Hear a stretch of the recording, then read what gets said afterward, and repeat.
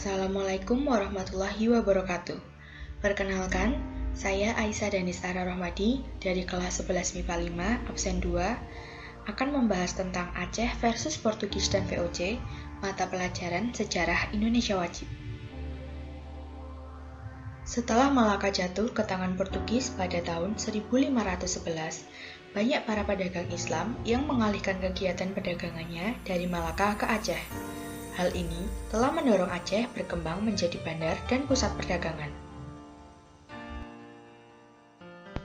Kerajaan Aceh berhasil menguasai daerah perdagangan seperti di pantai timur Sumatera sebelah utara. Bahkan, mampu mengendalikan pusat-pusat perdagangan di pantai barat Sumatera, seperti di Barus, Tiku, dan Pariaman. Perkembangan Aceh yang begitu pesat ini dipandang oleh Portugis sebagai ancaman. Pada tahun 1523, Portugis melancarkan serangan ke Aceh. Tahun berikutnya, Portugis kembali menyerang Aceh. Beberapa serangan Portugis ini mengalami kegagalan. Portugis pun terus mengganggu kapal-kapal dagang Aceh dimanapun berada. Lalu, Aceh ingin melakukan perlawanan dengan langkah-langkah sebagai berikut. Langkah yang pertama adalah melengkapi kapal-kapal dagang Aceh dengan persenjataan, meriam, dan prajurit. Langkah yang kedua, mendatangkan bantuan persenjataan, sejumlah tentara, dan beberapa ahli dari Turki pada tahun 1567. Langkah yang ketiga, mendatangkan bantuan persenjataan dari Kalikut dan Jepara. Setelah berbagai bantuan datang, Aceh segera melancarkan serangan terhadap Portugis di Malaka. Portugis harus bertahan mati-matian di benteng Formosa. Sebagai balasan, pada tahun 1569, Portugis balik menyerang Aceh. Tetapi serangan Portugis di Aceh ini juga dapat digagalkan oleh pasukan Aceh. Sementara itu, para pedagang Belanda atau VOC juga ingin mendapatkan keuntungan dengan berdagang di pantai barat Sumatera. Padahal, Aceh dikenal anti terhadap dominasi dan para pedagang asing. Terkait dengan ini, VOC melalui Pangeran Maurits pernah berkirim surat kepada Raja Aceh, Alauddin, tertanggal 23 Agustus 1601.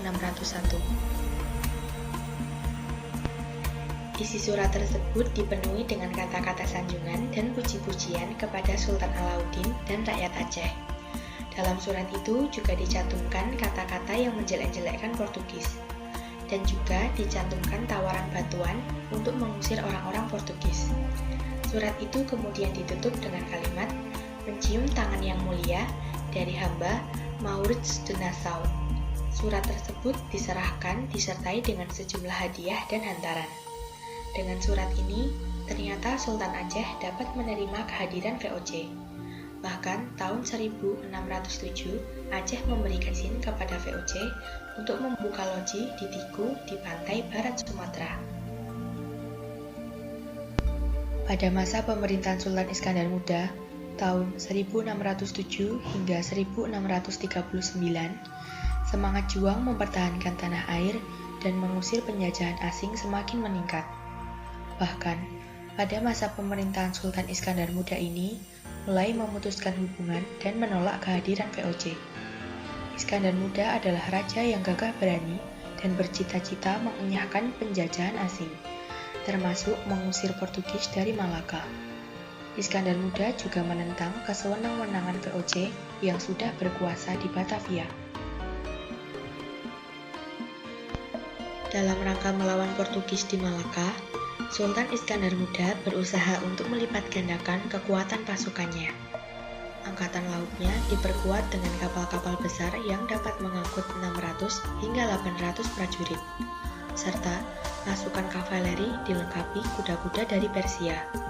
Bahkan, Aceh juga menyiapkan pasukan gajah dan milisi infanteri, serta menempatkan para pengawas di pelabuhan-pelabuhan penting, seperti di Pariaman, yang umumnya terdiri dari panglima perang.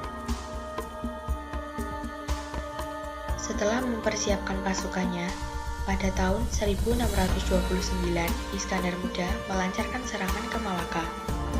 Namun, serangan Aceh kali ini juga belum berhasil mengusir Portugis dari Malaka. bentrokan-bentrokan antara kedua belah pihak masih sering terjadi. Namun keduanya seimbang. Portugis dapat diusir dari Malaka oleh VOC pada tahun 1641 setelah VOC bersekutu dengan Kesultanan Johor.